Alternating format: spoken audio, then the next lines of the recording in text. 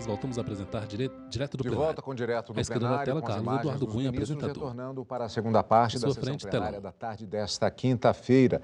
A expectativa é para a retomada do voto do ministro Gilmar Mendes, já se encaminhando para a finalização do julgamento do recurso extraordinário 1.017.365, que trata do marco temporal da demarcação de terras indígenas. Tese essa que já tem maioria formada no sentido de declarar a invalidade da tese. Vamos acompanhar ao vivo direto do plenário.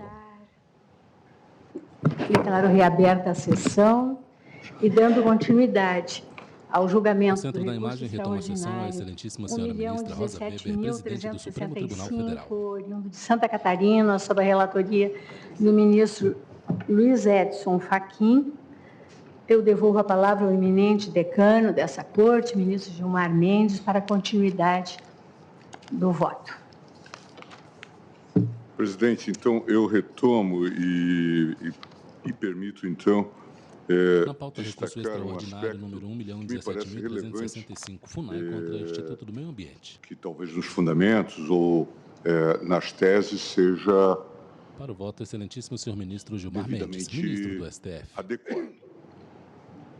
Porque o texto não é um conceito indeterminado, como talvez algumas vozes tenham pensado.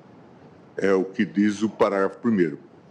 São terras tradicionalmente ocupadas pelos índios, as por eles habitadas em caráter permanente, as utilizadas para suas atividades produtivas, portanto, dois dados muito objetivos, as imprescindíveis à preservação dos recursos ambientais necessários ao seu bem-estar e as necessárias à sua reprodução física e cultural, segundo seus usos, costumes e tradições.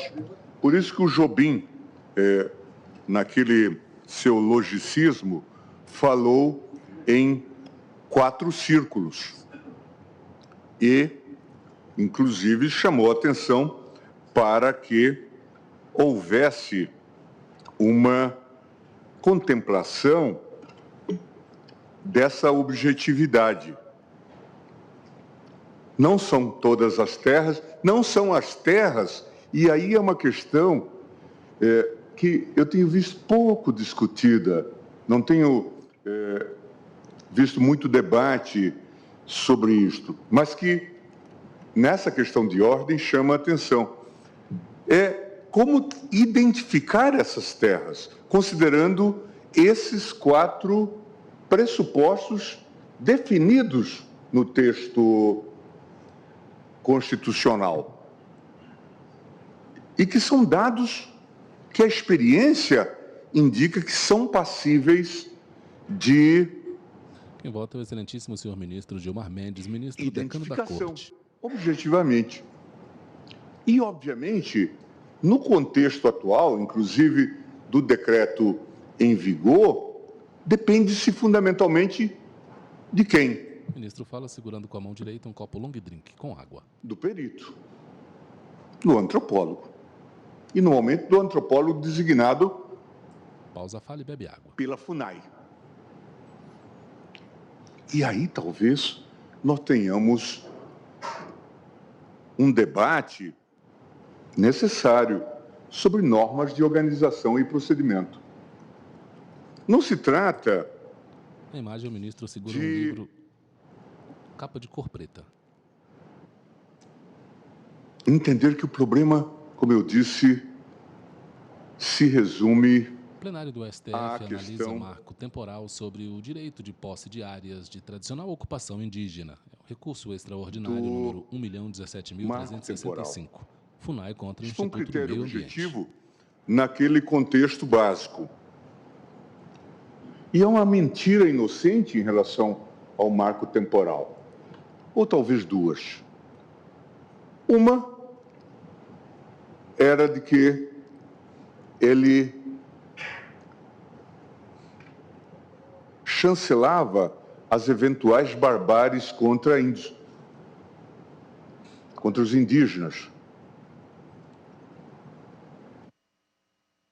admitindo que os índios que tivessem sido expulsos e lá não estivesse em 5 de outubro de 88,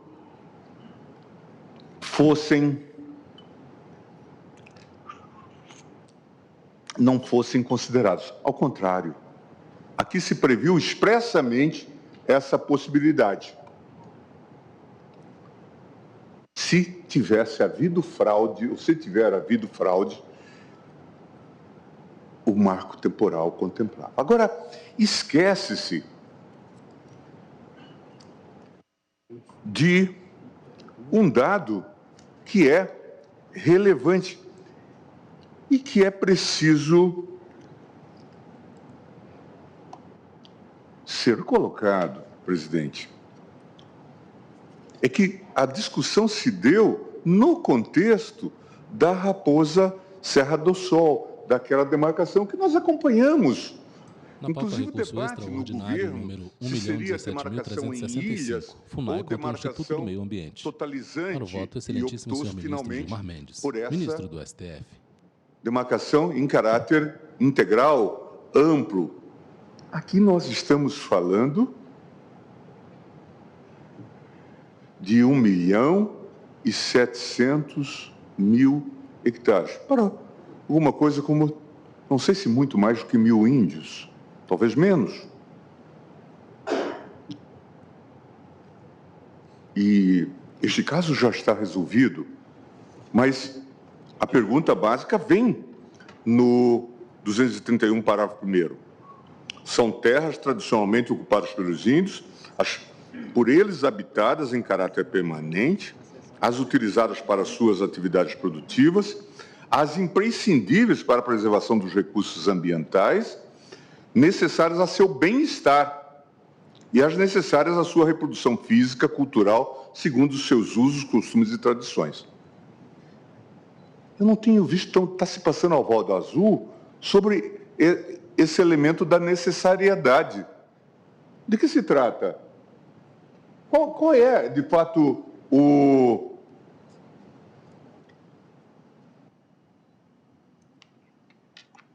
território de que os índios necessitam, considerando a expressa disposição do texto A, necessita de todo o território. Tudo que a vista alcançar. Bom, não é o que está no texto constitucional. Aí é uma outra leitura. Eu volto ao caso concreto, porque, considerando mesmo as singularidades... Na imagem, o ministro pausa a fala e bebe água.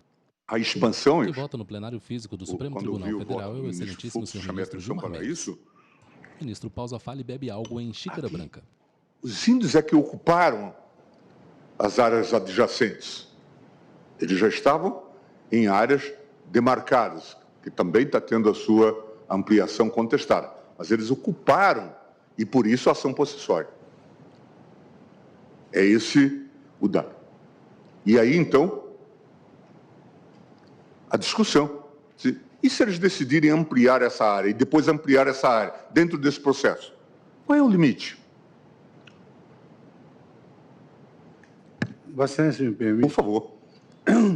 Nós discutimos a ocupação das terras indígenas que caracteriza o Estado de fato e que, por seu turno, legitima a posse de quem lá está. No caso concreto, na verdade, quem tinha posse eram os índios, não eram eles. O acordo não reconhece que eles ocupavam, mas que a fundação tinha um título anterior. A área era ocupada pela a ação não foi proposta ministro do STF. Na data da invasão. Foi. Não. Exatamente 2 meses depois. 2 meses depois. Sim, e aí eles não saíram. A ação foi proposta. E essa ação que está em tramitação. Pois é. Mas, de toda maneira, eles passaram a ter a posse da área, cultivar a área segundo as suas tradições, e o nosso objetivo, na verdade, é afastar a posse imemorial. Mas se naquela área há tradição indígena, há cultura indígena, É essa proteção que a Constituição dá. E dizer que essa posse é uma posse legítima é uma contradição em termos. Porque a Constituição Federal... Só para a gente ficar no fato. A invasão se dá em 13 de janeiro de 2009, invasão dessa área, que não era ocupada pelos índios, pode ter sido em outros tempos. E a ação possessória foi ajuizada na Justiça Federal em 5 de março de 2009, portanto, 2 meses depois. É esse o fato. Portanto, não tinha posse indígena nesse período, nesse local. Ela estava ocupada pela fundação e, por isso, é disso que nós estamos falando. Por isso que estamos falando da ação possessória, que é o caso que nós estamos julgando. A fundação tinha título jurídico. E posse efetiva. Não tinha posse, tinha título jurídico. Posse efetiva. Era uma área ambiental. Ministro Gilmar Mendes bebe algo em xícara branca. Eu estou extrapolando, porque, obviamente, nós estamos a discutir a questão no contexto da repercussão geral, e é isso que, de fato, interessa. Mas, voltando à Raposa, é 1,7 milhões de hectares. O requisito da necessariedade está presente. Não vamos discutir isso agora, mas para o futuro. E como nós vamos ficar dependentes de antropólogos? E eu não vou falar daquela antropóloga portuguesa que faz os laudos lá. Não vou falar. Não vou falar. Que faz os laudos lá no sul da Bahia.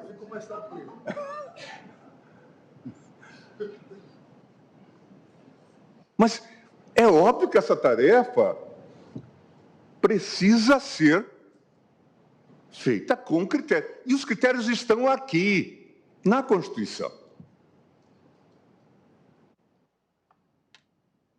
E foram já esgrimidos e delineados nessa questão de ordem que o Jobim traz de maneira muito clara. Não basta um laudo antropológico nesse contexto. É isso que precisa ser olhado. E veja,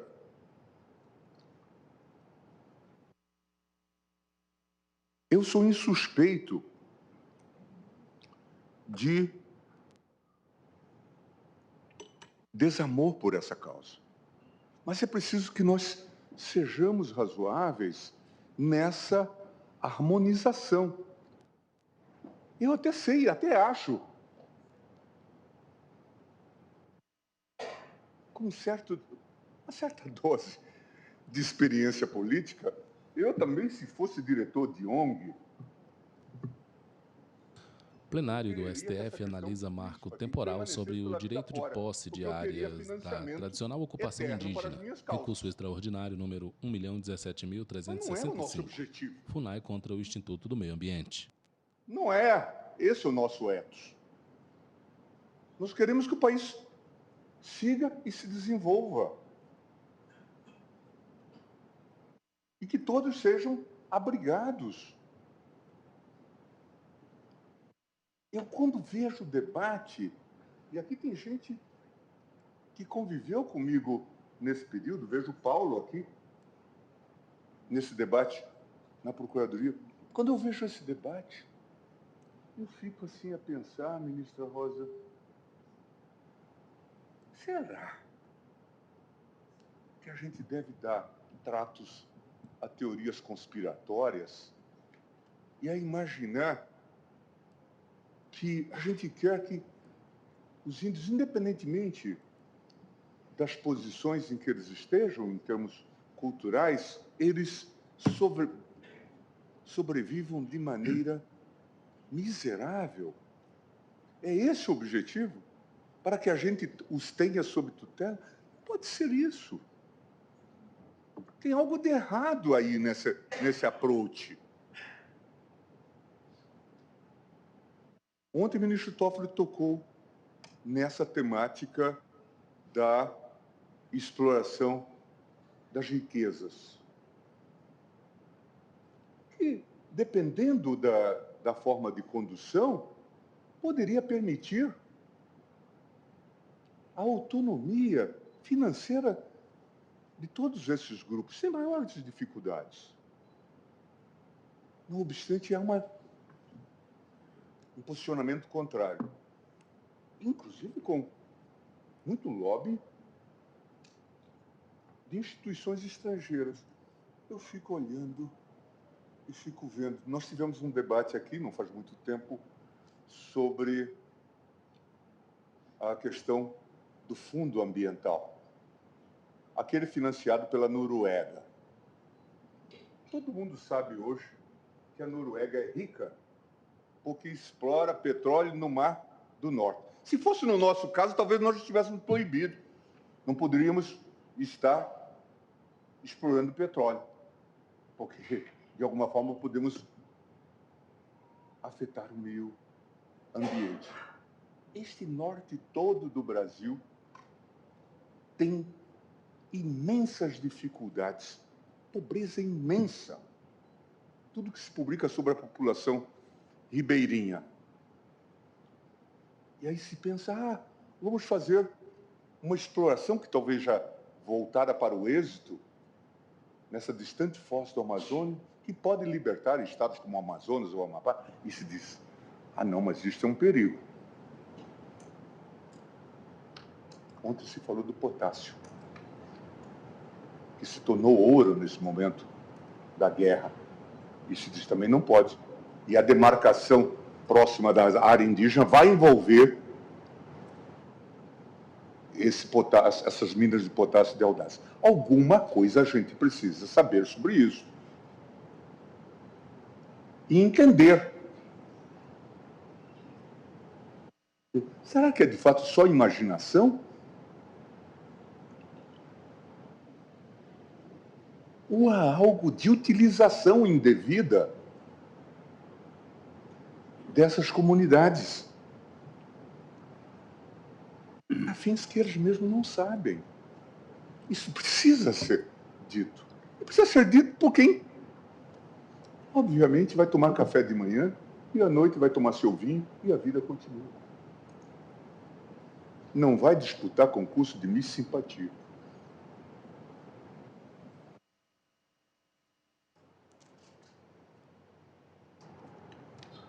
É preciso entender isso nessa dimensão e trazer o tema para o debate nos termos do texto constitucional.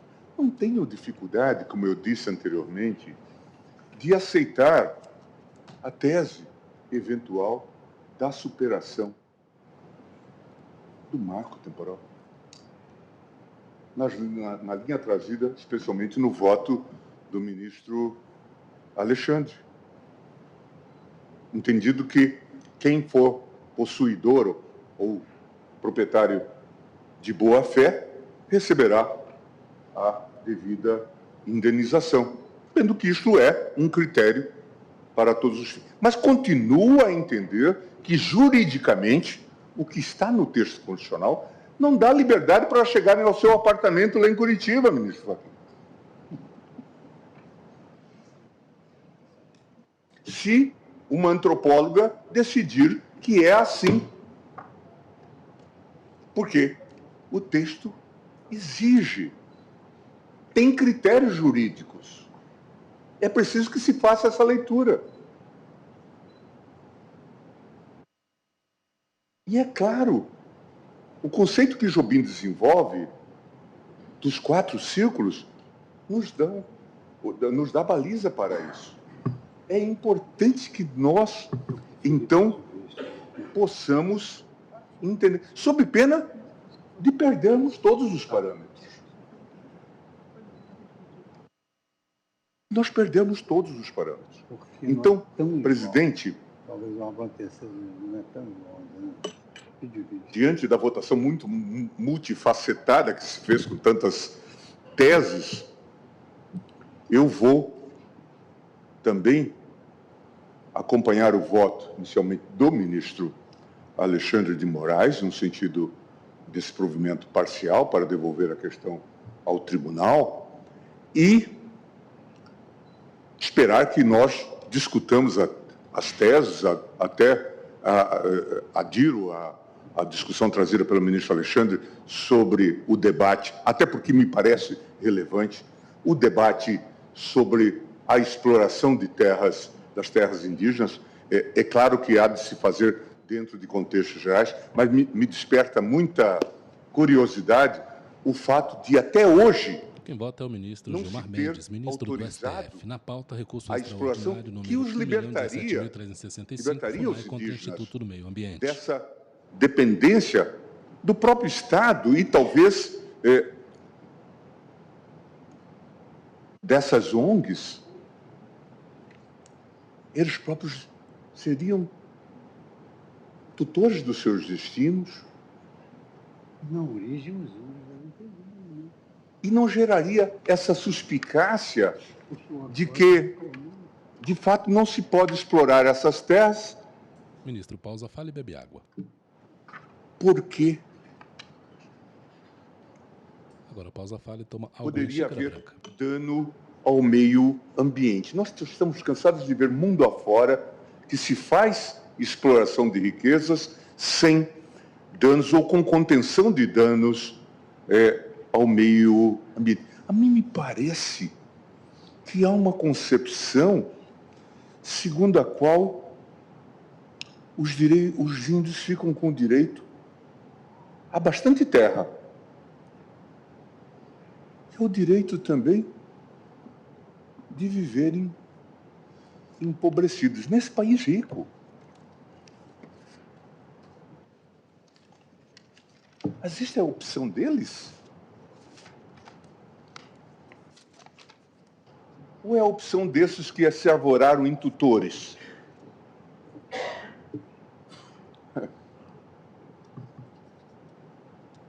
Em Cuiabá, na minha época de infância, havia um sujeito que nós meninos chamávamos de cobra fumando, não sei porquê, e que ficava na porta do cinema. Talvez o único cinema ali na Getúlio Vargas, Cine Teatro, alguma coisa assim. E ele era célebre porque ficava ali pedindo esmola. E todo mundo dizia que ele era um homem rico ou de posse, mas que tinha o hábito de pedir dinheiro, e dizia-se também que ele tinha uma ferida na perna, aparentemente. E que ele cultivava aquela ferida na perna. Porque assim ele alimentava esse processo e se colocava na condição de esmoler com maior credibilidade. Eu preciso pensar um pouco nisso, porque de vez em quando a gente fica pensando, Deus nos livre dos nossos protetores. Porque, de fato,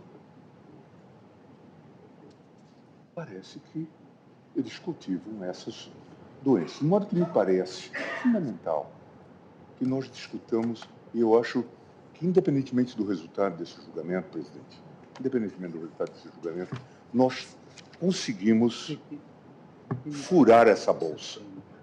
Trouxemos uma série de questões e amanhã já não será como hoje. Nós vamos estar muito mais informados sobre tudo o que ocorre nesse universo.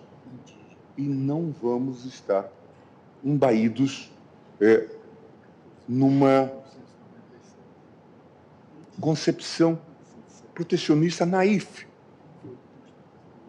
que muitas vezes interessa mais aos protetores do que aos protegidos. É preciso que a gente esteja atentos a isso, mas eu subscrevo o voto do ministro Alexandre e entendo que o tribunal deve aprofundar nessa questão das teses no interesse da proteção das terras indígenas, né, no interesse da proteção do desenvolvimento brasileiro. Como voto.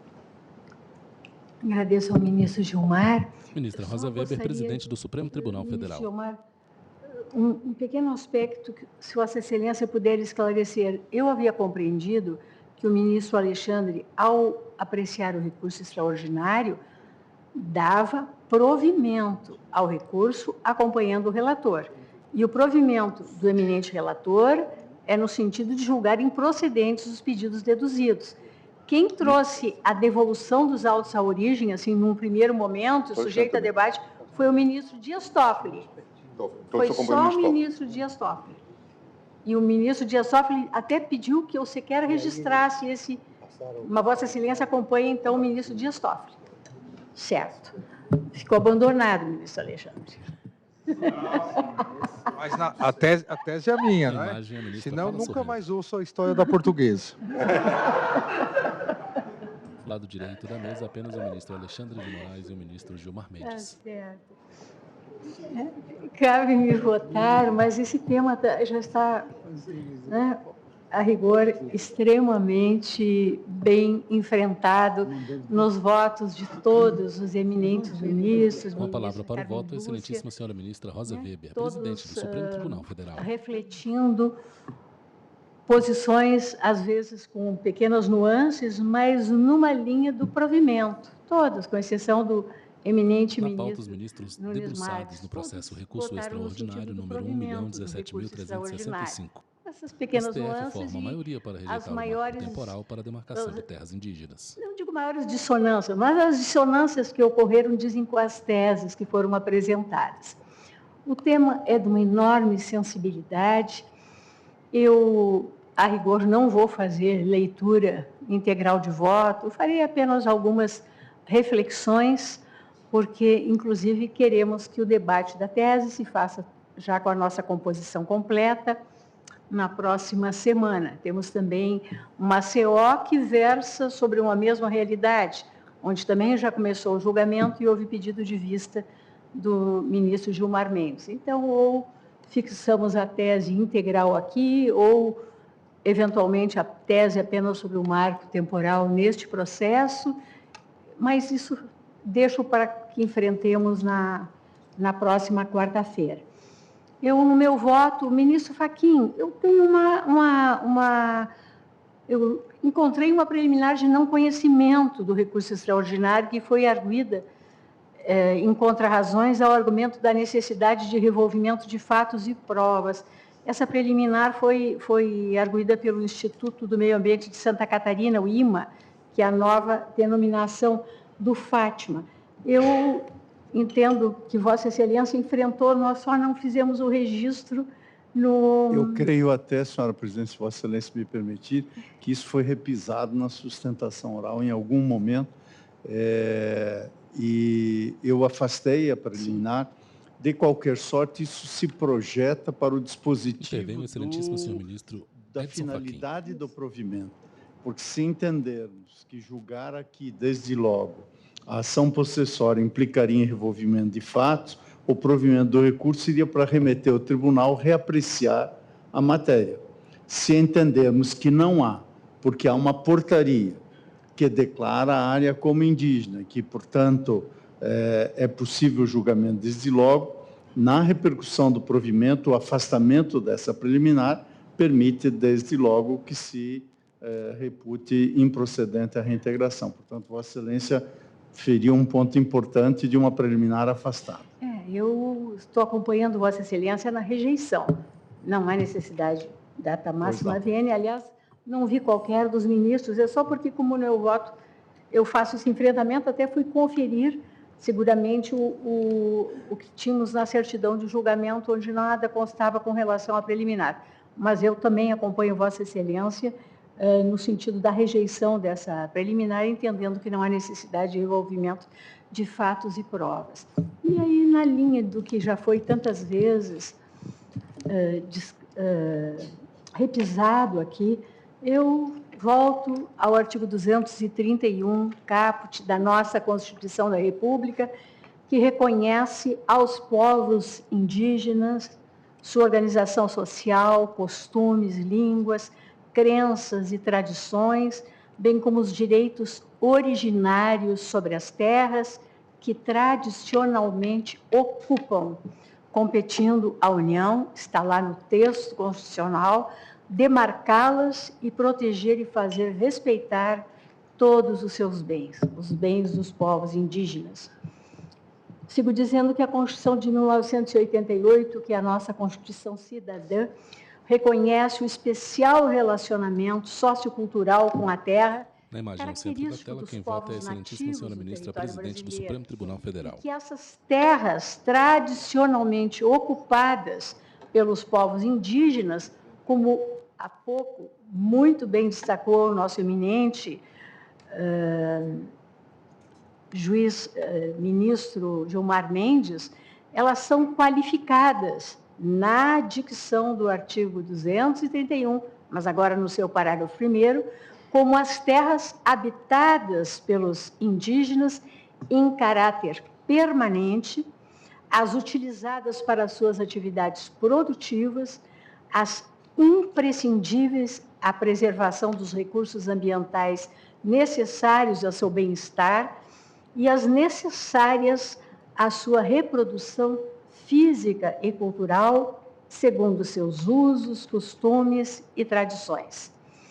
E digo ainda que, ao delimitar dessa forma o conjunto das terras tradicionalmente ocupada pelos indígenas, este artigo 231, parágrafo 1º da nossa lei fundamental, adota um critério que pode ser considerado finalístico ou prático, de modo a compreender as terras destinadas à habitação em caráter permanente, as destinadas à utilização em atividades produtivas, as imprescindíveis à preservação dos recursos ambientais necessários ao bem-estar das comunidades e as necessárias à reprodução física e cultural, segundo justamente os usos, costumes e tradições dos povos indígenas, exigindo, destacou o ministro Gilmar Mendes, um juízo de necessidade e até um juízo antropológico com relação a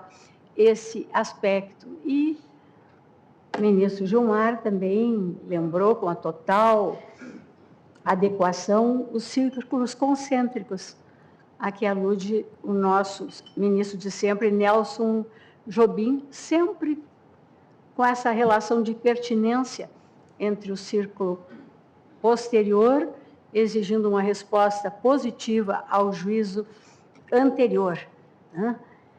Enfim, uma coisa, para mim, é absolutamente certa. A conclusão é de que as terras tradicionalmente ocupadas por indígenas, segundo a Constituição, guardam pertinência com as formas tradicionais de ocupação, e não com posse memorial. E, com relação a isso, não vejo qualquer discrepância. Houve uma compreensão uníssona da Corte. Você me permite só falar rapidamente? Fique à vontade, ministro. Eu procurei votar de forma mais séria, porque já tínhamos um número bastante suficiente. À esquerda da mesa. Mas o ministro Gilmar tem dados mais específicos. Eu perguntaria a você o seguinte: essa doação que foi feita a essa entidade, ela é anterior ou posterior à Constituição Federal? É tudo anterior. Inclusive os títulos são dos anos 50. Não, eu digo a doação que gerou com que a Fundação legitimasse a de causa para propor ação. É uma fundação de meio ambiente do Estado de Santa Catarina, que era proprietária da área. A proprietária não era uma madeireira que posteriormente... Não, tem uma área de meio ambiente e tem um instituto de meio ambiente que operava nesta área. É uma reserva. É o procurador do Estado de Santa Catarina que quer dar um esclarecimento fático, questão de fato. Presidente, presidente só um minutinho. Eu ia questionar Vossa Excelência se Vossa Excelência ia admitir. Claro, sem dúvida, mas apenas para mencionar que a reserva de Sassafrás originalmente foi criada em 1977. 1977. E o procurador que está aí na tribuna está a confirmar. Essa reserva é de 77. Com a palavra, o ministro A informação Luiz que tem nos Edson autos Fachin. é que ela restou sendo agregada a uma outra área em 1992. De qualquer sorte, sobre parte dessa reserva incide a portaria que é posterior à constituição da reserva e que declara a terra como terra indígena. Portanto, esses são os dados. O acórdão do TRF, quando manteve a sentença que julga procedente a possessória, o acórdão do TRF diz que não pode julgar a possessória em desfavor de quem tem a propriedade, o que, portanto, vai em encontro ao argumento que o ministro Fux mencionou da exceptio domi, mas ouvimos, senhor presidente, da minha parte, o procurador. Não, perfeitamente. O ministro está corretíssimo, exatamente. A imagem à esquerda da tela, homem de pé na tribuna do Supremo Tribunal Federal. Uma reserva ecológica e fica de frente para a ministra-presidente e para os demais estadual ministros. Em 1977. Uma questão que também o ministro Gilmar homem branco, está cabelos correto agrisalhados, em relação aos fatos azul marinho, relativamente à invasão da terra. Veste Porque beca o parque preta. ele é cercado e essa cerca foi derrubada, o que originou posteriormente, ao fundo da em imagem, 2009, vista de né, parte da 2 meses depois, o ajuizamento da ação possessória. E o Estado, apesar de o TRF ter cometido esse deslize, no caso sobre a propriedade, dizendo que não poderia, o fato é que o Estado sempre teve a posse de toda essa área. Nunca o Estado deixou de exercer a posse, o cuidado, inclusive, né, antes pela Fundação do Meio Ambiente. Do parque. Antes pela Fátima, que posteriormente, mais recentemente, se transformou no IMA. A rigor, se sua Vossa Excelência me permite, se o senhor procurador já concluiu o esclarecimento, sempre oportuna a participação, é uma reserva biológica. A natureza jurídica é uma reserva biológica, não é exatamente um parque. E, aliás, é de observar a prudência exemplar com a qual se ouve o Constituinte Estadual do Estado de Santa Catarina, e em que, na Constituição, na sua redação atual, o artigo 148-A da Constituição do Estado de Santa Catarina prevê textualmente: o Estado poderá promover, na forma da lei e por meio de convênios com outros entes federativos, o reassentamento ou a indenização dos pequenos agricultores de boa-fé que estejam ocupando terras destinadas por meio de processo demarcatório aos povos indígenas. Portanto, nós não estamos falando de uma realidade muito alheia e não conhecida ao próprio Estado de Santa Catarina, e creio que essa intervenção traz ainda mais luzes sobre esta matéria. Mas o que é fundamental é saber que esta é uma área lindeira, a área que foi demarcada em 2003. Esta é uma área lindeira e que foi invadida. E isso está no acórdão do TRF. O debate sobre as outras áreas e os proprietários, ali são 400 proprietários na ACO, alguma coisa como... Né? E aí sim ganha relevo a tese trazida pelo ministro Alexandre de Moraes sobre a necessidade e possibilidade de indenização, porque... Na pauta, recurso extraordinário número 1.017.365, FUNAI contra o Instituto do Meio Ambiente. De um Estado pequeno, base territorial pequena, e normalmente marcado por pequenas propriedades. Mesmo na lista que eu tinha trazido aqui, onde tem as madeireiras, a maior área é de 2.491 hectares, mas várias propriedades de 55 hectares, de 340 hectares, portanto, isso nesta área que foi invadida.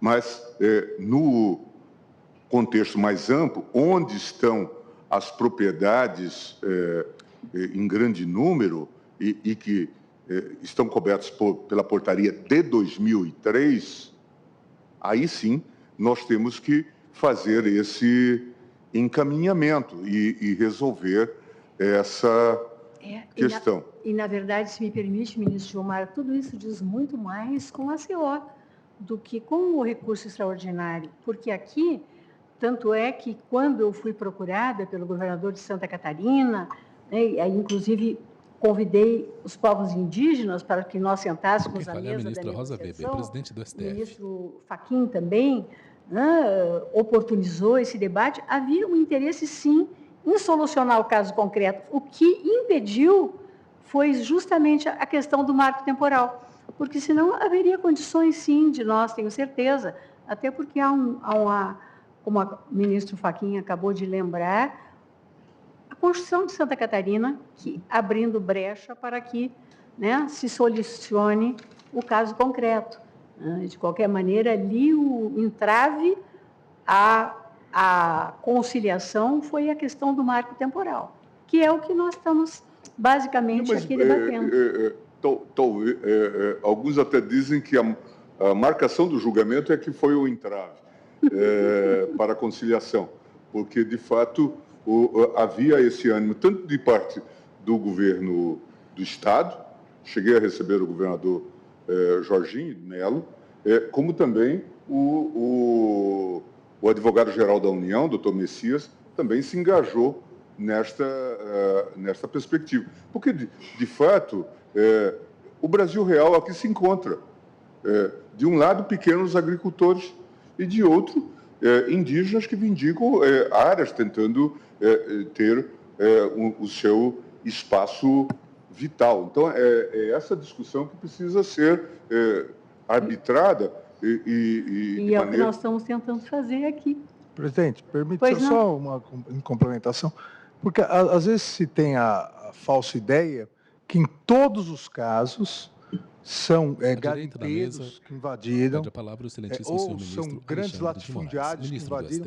E nós sabemos, Santa Catarina é um estado pequeno, eu sempre repito isso porque me parece que a maior injustiça seria toda aquela margem do Mato Grosso e Mato Grosso do Sul, daqueles colonos que receberam de Dom Pedro II, que são todos pequenos agricultores.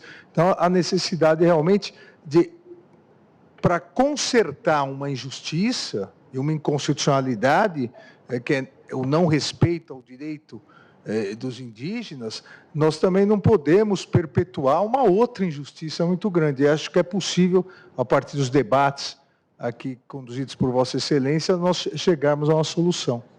Presidente, Vossa Excelência, me permite, eu sei que nós estamos cometendo a descortesia de travar um debate no meio do voto de Vossa Excelência, mas apenas para repor um fato.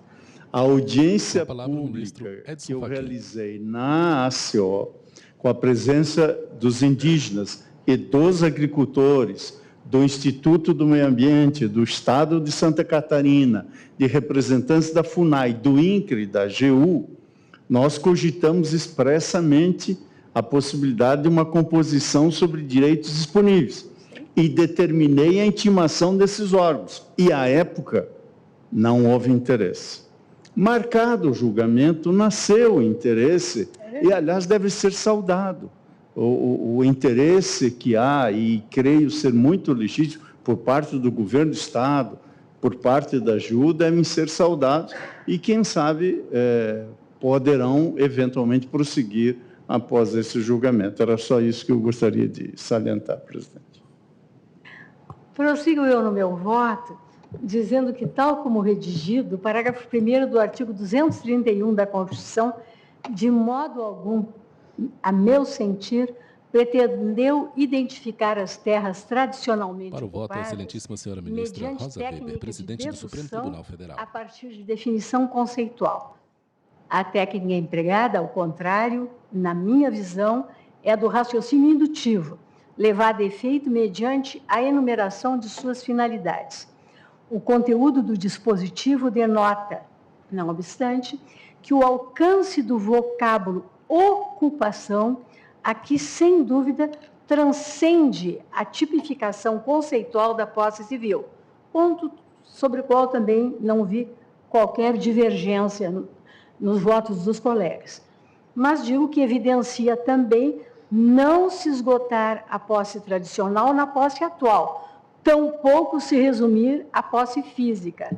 Aí eu estou me reportando à manifestação do ministro Carlos Aires Brito, eu vou por lá, na PET 3388, quando se referiu a um heterodoxo Instituto de Direito Constitucional e não a ortodoxa figura de direito civil, trago doutrina, digo que esse aspecto já foi objeto de detido exame, também, aqui já se lembrou, da Corte Interamericana de Direitos Humanos, no julgamento do paradigmático caso Mayagna Sumo Tingli, em 2001, ocasião em que este ponto ficou assentado.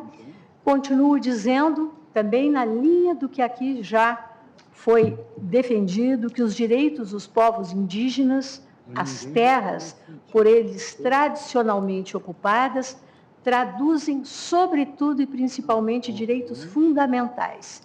E não é demais lembrar que, diante de uma norma constitucional assim qualificada, exorta a doutrina se evite um método interpretativo que reduza ou debilite, sem justo motivo, a máxima eficácia possível dos direitos fundamentais. Reporto-me ao artigo 5º, parágrafo 1º da nossa Carta Política. Digo que, historicamente, o direito brasileiro trata da posse indígena a partir da teoria do indigenato, discorro sobre esta teoria, trago doutrina e jurisprudência, reporto-me a PET 3388, também relatada pelo ministro Aires Brito. Relembro que a nossa primeira Constituição a versar sobre o tema da posse indígena foi a Carta de 1934, consagrando justamente a teoria do indigenato. No seu artigo 129, digo que a norma foi mantida com pequenas alterações de redação nas Constituições de 37 e 46, né, que na Constituição de 67 foi explicitado que essas terras deveriam ser incluídas entre os bens da União, o que já era um entendimento doutrinário dominante a partir do texto das Constituições anteriores. Reporto minha doutrina e reporto-me, como também aqui já se fez, ao lapidar voto do ministro Vitor Nunes Leal, lá atrás, quando já ressaltava que a questão relativa às terras de ocupação tradicional indígena não se resume a uma simples questão de direito patrimonial, mas também um problema de ordem cultural no sentido antropológico, porque essas terras, dizia ele, são o habitat dos remanescentes das populações indígenas do país, acrescentando que a permanência dessas terras em sua posse é condição de vida e de sobrevivência desses grupos, já, dizia ele, repito, tão dizimados pelo tratamento recebido dos ditos civilizados e pelo abandono em que ficaram. Já chego à nossa Constituição de 1988, trago aqui magistério jurisprudencial do ministro Celso de Mello, e chego, por fim, ou retorno à PET 3388, da relatoria do ministro Aires Brito, em que essa Suprema Corte sufragou uma leitura da Constituição, segundo a qual a data de sua promulgação, 5 de outubro de 1988, é tomada como um referencial temporal. Volta a excelentíssima senhora ministra Rosa Weber, presidente do Supremo Tribunal Federal. A pauta recurso extraordinário número 1.017.365, FUNAI contra o Instituto do Meio Ambiente. Sobre as terras que tradicionalmente ocupam. Surgiu aí a tese do marco temporal. Né? Transcrevo, inclusive, a ementa do famoso julgado da Raposa Serra do Sol, e digo que, na verdade, também o ministro Gilmar aqui destacou que as especificidades daquele caso concreto, aquelas particularidades, levaram à adoção de um critério naquelas especiais circunstâncias, mas que, na minha visão, elas não traduzem o que diz a Constituição. Foi o julgamento possível, naquele momento, diante de uma situação fática. Presidente, só para deixar Pois não.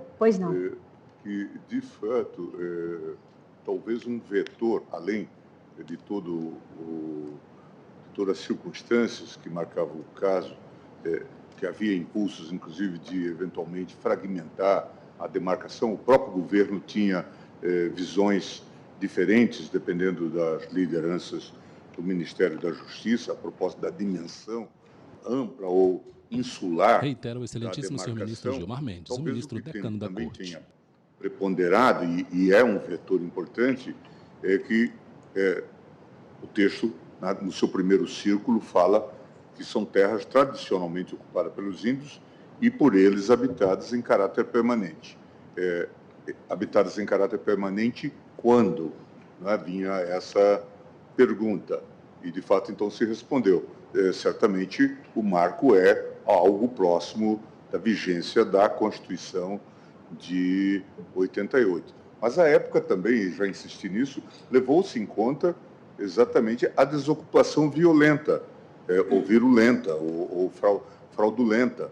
Então, é preciso levar isso em conta. E o problema continua, porque se daqui se salta para o conceito de posse imemorial, o Brasil, como nós o conhecemos, desaparece. Todos já afastamos isso. Não, mas porque, de fato, é preciso dizer, porque quando nós discutimos Raposa Serra do Sol, havia a ideia de que precisava de licença para entrar lá, de que para passar um linhão numa área desta, precisava de licença. Quer dizer, como se, de fato, o Brasil tivesse perdido o direito de soberania sobre esses espaços. Veja, são questões que precisam ser explicitadas. É verdade. O meu voto, eu não trago nenhuma novidade, além de tudo que aqui já foi exposto. Eu vou poupar Vossas Excelências da leitura, até porque todos também temos um compromisso lá no outro tribunal, o ministro Nunes Marques, eu também, né, às 18h30. Me alongaria se fosse trazer alguma novidade, mas não trago. Esta ação, este recurso extraordinário, ele diz com a posse, a teoria da posse memorial já foi afastada por todos, eu também a afasto, né, como foi pelo eminente relator, e, na verdade, eu entendo que aqui o que está em discussão é o marco temporal. E eu, pessoalmente, e na linha do que todos já defenderam, afasto a tese do marco temporal, acompanhando na íntegra o brilhantíssimo voto do ministro Edson Fachin, que, nesse ponto, não gerou, com ressalva da compreensão do ministro Nunes Marques, qualquer divergência. E eu pedindo, vênia, a Sua Excelência, reafirmo essa minha compreensão. Faço toda uma interpretação da Convenção Americana dos Direitos Humanos, vou ao artigo 21, volto ao artigo 231 da Constituição e passo todos os casos que já foram apreciados pela Corte Interamericana com relação aos povos originários, para concluir nesta linha do voto do eminente ministro Edson Fachin, reafirmando que a jurisprudência pacífica e reiterada da Corte Interamericana de Direitos Humanos aponta para a posse tradicional como fator bastante para outorgar aos indígenas os direitos de exigirem o reconhecimento oficial dos direitos originários sobre as suas terras, observadas as balizas do texto constitucional que estão no artigo 231 da nossa lei fundamental. Então, nesta linha, e eu também pedindo vênia aí, ministro Gilmar Mendes, a Vossa Excelência, e pedindo vênia ao ministro Dias Toffoli, acompanho o relator e aqueles que já o seguiram, no sentido do provimento do recurso extraordinário para julgar improcedentes os pedidos que foram deduzidos na petição inicial. Dá provimento ao recurso da FUNAI? Dou provimento para julgar improcedentes e não para determinar a devolução dos autos. O ministro relator assim votou, acompanhado por Vossa Excelência, pela ministra Carmen Lúcia, pelo ministro Cristiano Zalim, pelo ministro Alexandre de Moraes e por mim. Então, na verdade, temos a maioria formada no sentido do juízo de improcedência dos pedidos deduzidos.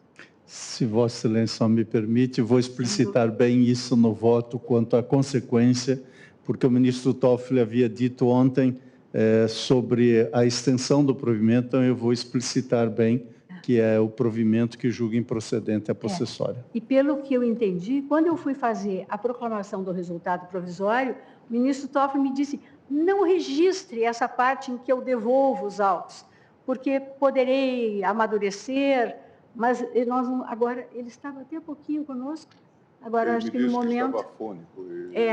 Não, mas ele estava ali até nos ouvindo até há pouco, mas como agora o ministro Gilmar acompanhou, só nesse retorno, mas mesmo assim já temos maioria no sentido do juízo de improcedência dos pedidos deduzidos na ação. E fica aí vencido o ministro. E com relação à preliminar... André Mendonça, né? Pois não? Ministro André Mendonça. Não, o ministro André Mendonça não julgou o caso concreto. Sim. Pela questão de ordem que ele apresentou, lembra no plenário virtual, ele se pronunciou apenas quanto à tese. O voto do ministro André Mendonça é só quanto à tese. E a tese nós vamos continuar na próxima sessão. Isso que eu ia sugerir, senhora presidente. Aqui nós vamos ficar exclusivamente no... Não, eu sei que eles estão nos aguardando, nós vamos chegar até lá. Pelo menos em tese, há a possibilidade de alguma adesão da minha parte ou do ministro André Mendonça... Com a palavra o ministro Nunes Marques. A proposta do ministro Dias Toffoli. Então, seria realmente muito útil que deixássemos para a próxima Não, nós sessão. vamos deixar, até porque é importante que o ministro Luiz Roberto também, que hoje não pôde estar conosco, esteja presente, que todos os colegas, né, estejam presentes para que nós possamos debater um tema tão importante quanto esse.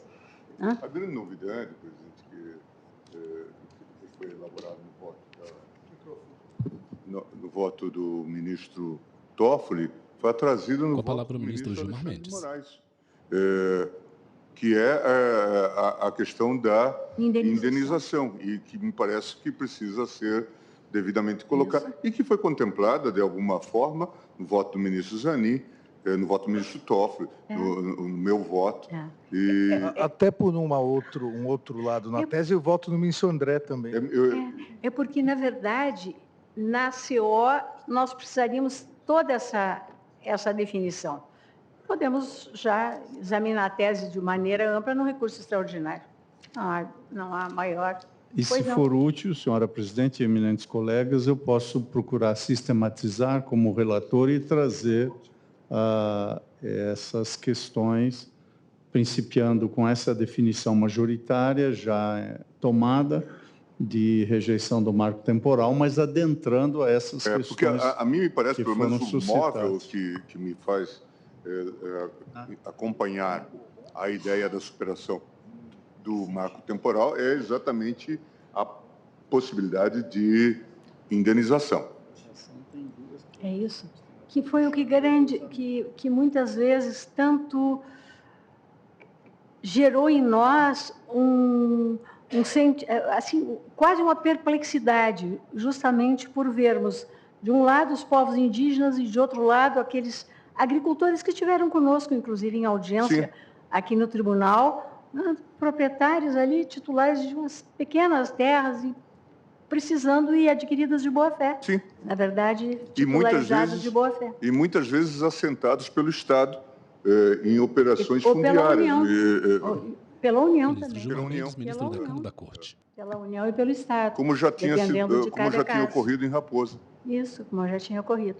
Então, senhora presidente, só alguma explicação inicial que eu fui conferir para ver se o argumento que eu adjuntei aos demais teria sentido. Então, verifiquei que, desde a petição inicial, a parte postula a posse a título de domínio. E, em segundo lugar, há uma certidão, as folhas 13 e 14, que remete à data do registro dessa doação a 1992. Pois bem, então, no direito brasileiro, só se adquire a propriedade pelo... Fala o excelentíssimo senhor ministro Luiz Fux, ministro do STF. Por mera tradição. Então, eu fui conferir esses dados... En fait de meuble, possession vos titres, né? É o que diz, em francês. Enfim. Qual é eu não entendi a objeção, mas acho que... Não, eu, na verdade, não fiz objeção, não. Eu apenas esclareci o porquê que eu adjuntei o argumento da exceptio dominum, da exceção de domínio nesse caso. Porque, na verdade, a parte ingressou com uma ação possessória invocando seu título de domínio. Então, nesse particular, escolheu uma causa pretende errada, talvez até o procurador tenha mencionado isso passando na tribuna. Em segundo lugar, há uma certidão na que ela pauta recurso extraordinário número 1.017.365, FUNAI, então, contra o Instituto do Meio Ambiente. De 1938. Então, esse conjunto de fatos nos levou a trazer essa argumentação. E, por outro lado, nós afastamos, de toda maneira, a posse imemorial que vai nos deixando totalmente afastada. Nas nossas cadeiras. É que a entidade é criada em 77. Essa área está... Mas, de qualquer maneira, a proclamação do resultado diz um caso concreto. Recurso extraordinário provido para julgar improcedentes os pedidos deduzidos na inicial. Decisão por maioria de votos, vencido o ministro Nunes Marques e, em parte, o ministro Dias Toffoli e o ministro Gilmar Mendes, que determinavam a devolução que davam provimento ao recurso extraordinário, mas devolviam os autos à origem para que, à luz de tese a ser explicitada, fosse apreciada a questão. Seria essa proclamação e a tese fica, então, para a próxima semana. Eu agradeço a presença de todos, desejo uma excelente noite, declaro encerrada a sessão. Presidente